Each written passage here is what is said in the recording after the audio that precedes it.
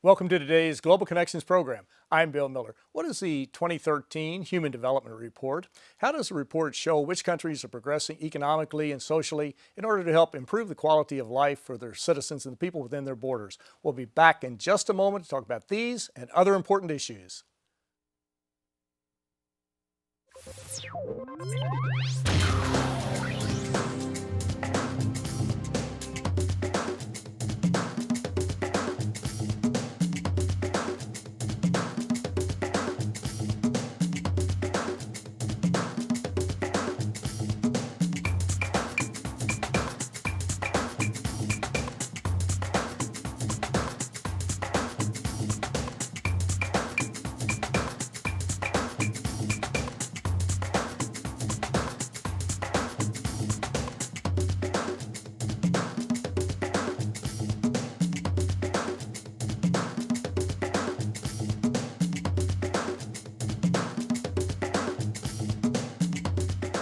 Welcome back to our program. Today we're going to take a look at the 2013 Human Development Report. And of course, it's always good for countries around the world to look at how well they're doing in various areas to improve the quality of life for the people within their borders. And of course, it's always good to look at the areas that perhaps need a little more improvement. My guest today is an expert on this report. My guest today is Mr. Khalid Malik. Born in Pakistan, Mr. Malik has a professional background in economics and has held a variety of senior management and substantive positions at the United Nations and the UN Development Program, commonly called UNDP. Mr. Malik is currently serving as director of the Human Development Report Office in the UN Development Program. Apart from working in Asia and the Pacific region, Mr. Malik has represented the United Nations in Africa, Latin America, and the Caribbean. Mr.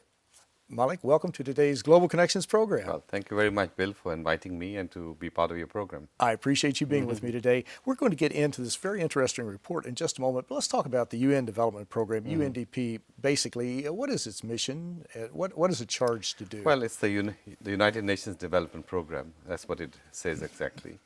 Its primary mission is to help improve the lives of people, to try to eliminate poverty, to deal with climate change, to repair and restore conflict-ridden societies and countries. So it's a broad mandate, but a very determined institution which is represented in 130 plus countries and is operating in a variety of different environments, all regions actually. Now, on March 14th, I think it was, you were in Mexico City. You were with the President of Mexico and with Helen Clark, the administrator of the UN Development Program. What was the purpose of being in Mexico City and what happened? Well, we finished our global report on 2013. The title of the report is The Rise of the South, and I'll explain more about that. And we were very pleased that the Mexican government, with a new leadership, particularly a young president, a young administration, was keen to help us launch this report, and that went extremely well. And you got a sense that the new government is very keen to improve things, to leave its mark. And the messages of the report and what the report was talking about somehow all clicked. And we're very pleased that President Nieto not only helped us launch the report, but supported it so much. Now, our viewers can go to www.undp.org for more information on the programs we're going to talk about today. But I intentionally held the book down just for a moment, not to keep it off the set too long. But it's a very interesting cover on this report, The Rise of the South, Human Progress in a Diverse World.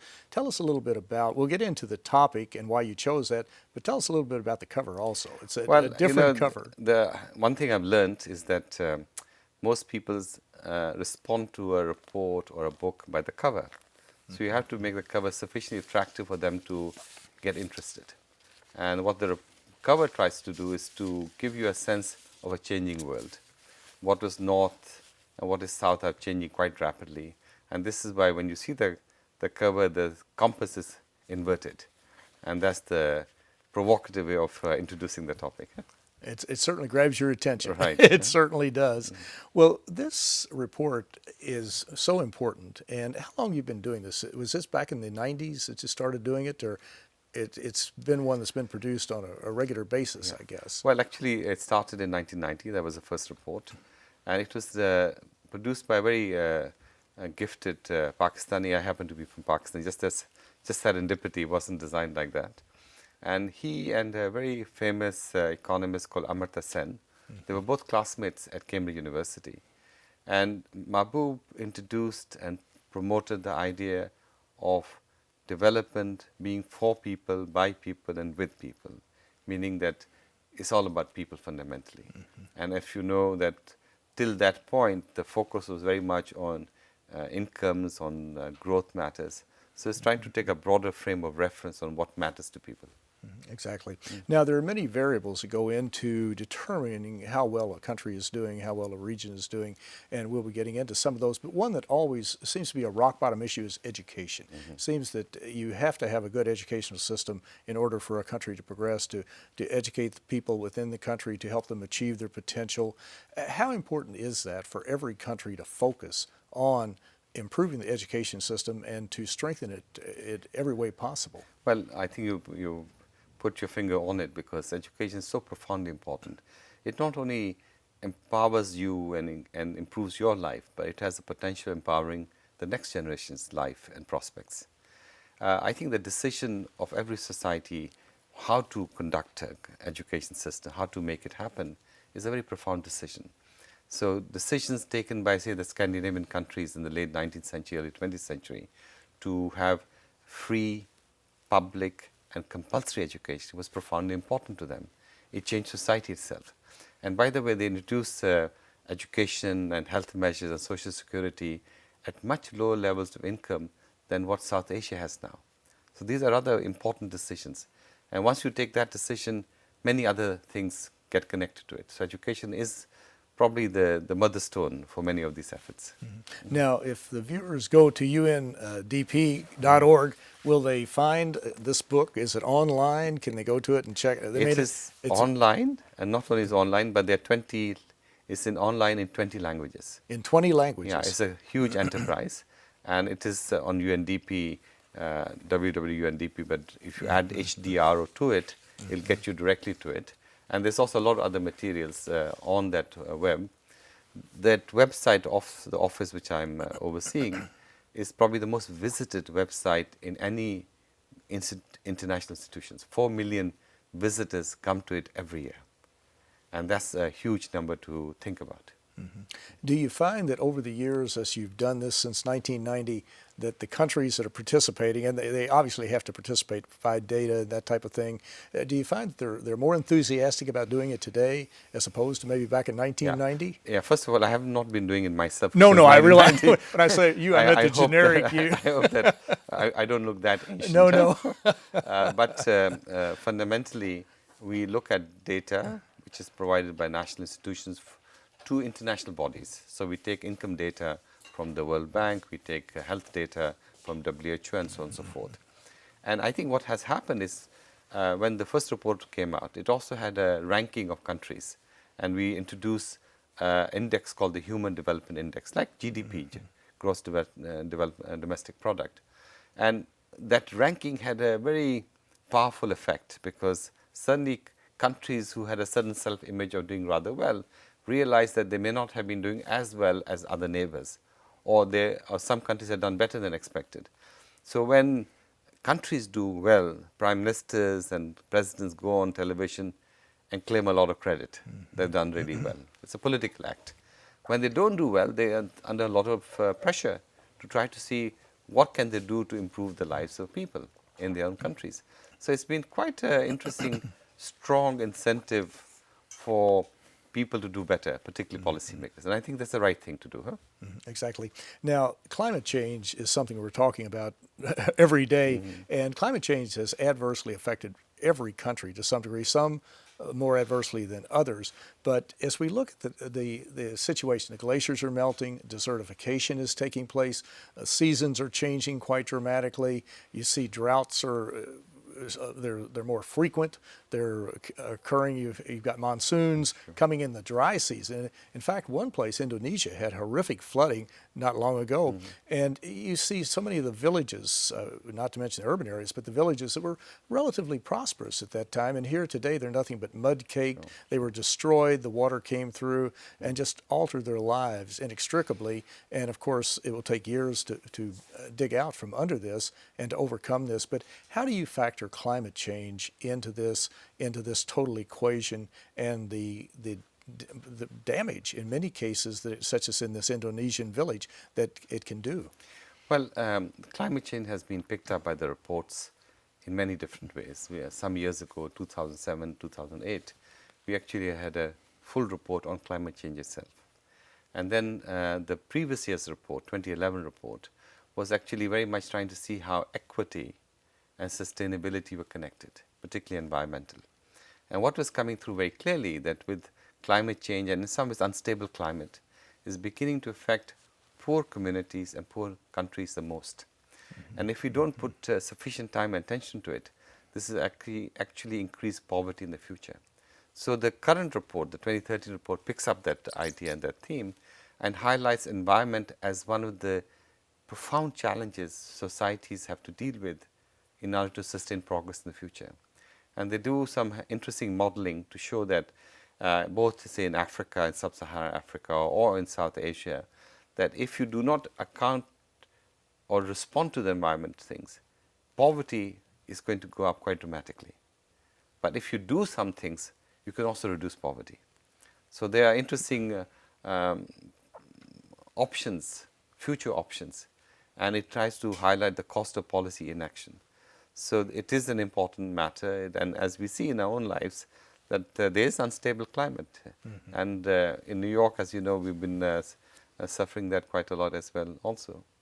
Exactly. In fact, I have, to this day, I still have not heard any country or representatives from any country say, well, climate change just is not affecting us. We're above the phrase, so to speak, but it certainly is. And this brings up another point, too. Climate change is something that obviously the United Nations has been very involved in with the various conferences, the UN Conference on Environment and Development in 1992, the UN Conference on Sustainable Development in June of 2012, not to mention many other conferences in between and in the future. And of course, this is something we're going to be talking about more as we go along. But you brought up an interesting point too about the Human Development Index and the gross domestic product. And years ago, that was our total barometer, the gross domestic product. If you did well with the GDP, a country was progressing. But the philosophy, the methodology, the change, there's a change occurring, is there not, in how we view the quality of life of a country. We're factoring in things like perhaps happiness or how people enjoy their lives, the recreational activities. Does that factor into your report? Well, you know, Robert Kennedy made this great statement about GDP, gross domestic product. And he said, it measures everything except what is important to people. And that's interesting because if you increase the arms race, that's seen as a plus. If you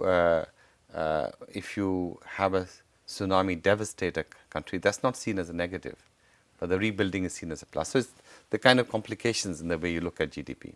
But more profoundly, what human development tries to do is look at choices available to all of us, and to also give you a sense that these are the lives I want to lead, or we want to lead. Therefore, education, health, access to material sources are important to give you that choice to make that happen. And if you see it in a broader sense of looking at the current generation and try to look at future generations, somehow you have to have a developmental path which does not impinge or reduce future choices. So I was at Rio Plus 20 as well, and we made a presentation to try to think through, not in terms of GDP matters, but the thing in terms of choices. And how do you then ensure that the development efforts you undertake do not preempt future generations? And it's not just the environment per se. I mean, you take the case of Europe, when you have high unemployment, as you know, in Spain, you have unemployment of 25%, but the youth unemployment is close to 60%. So when you reach those high levels, it begins to fray at the edges of society social cohesion, begins to reduce the capability you have, the ability you to have in order to define your future lives. So it has short-term actions have long-term consequences. So that's the point also highlighted in the report. Well, you're watching Global Connections Television, which is an independently produced program. The opinions expressed on Global Connections are solely those of the moderator and his guest. We'll be back in just a moment after this important message.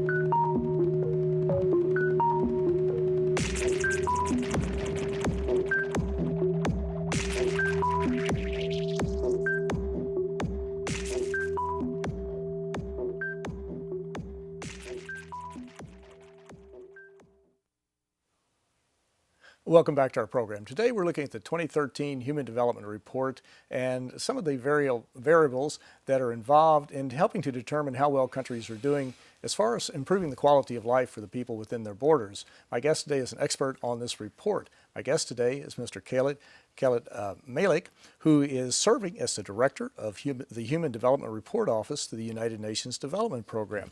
We've been talking about this very interesting report and how it encompasses so many different variables that help determine how well countries are doing.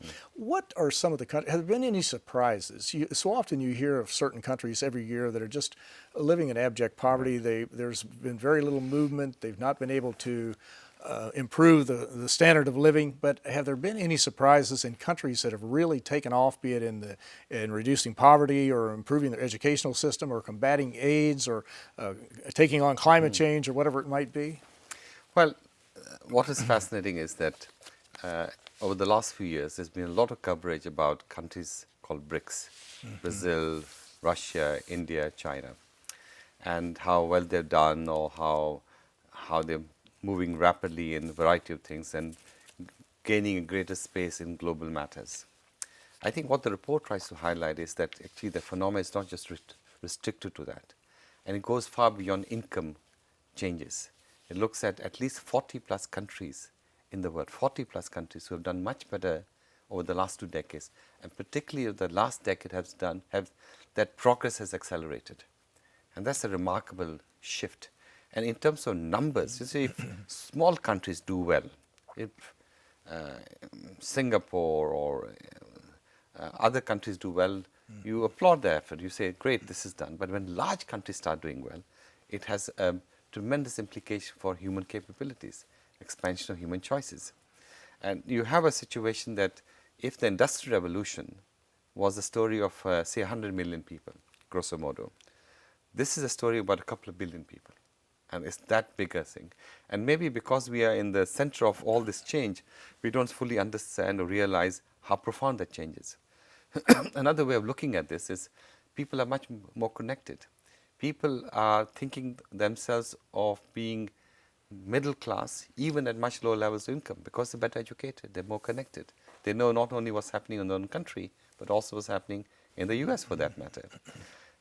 If you look at the numbers of middle class, right now there are about 1.8, 1.9 billion people of the world who are considered middle class, mostly in North America and in Europe.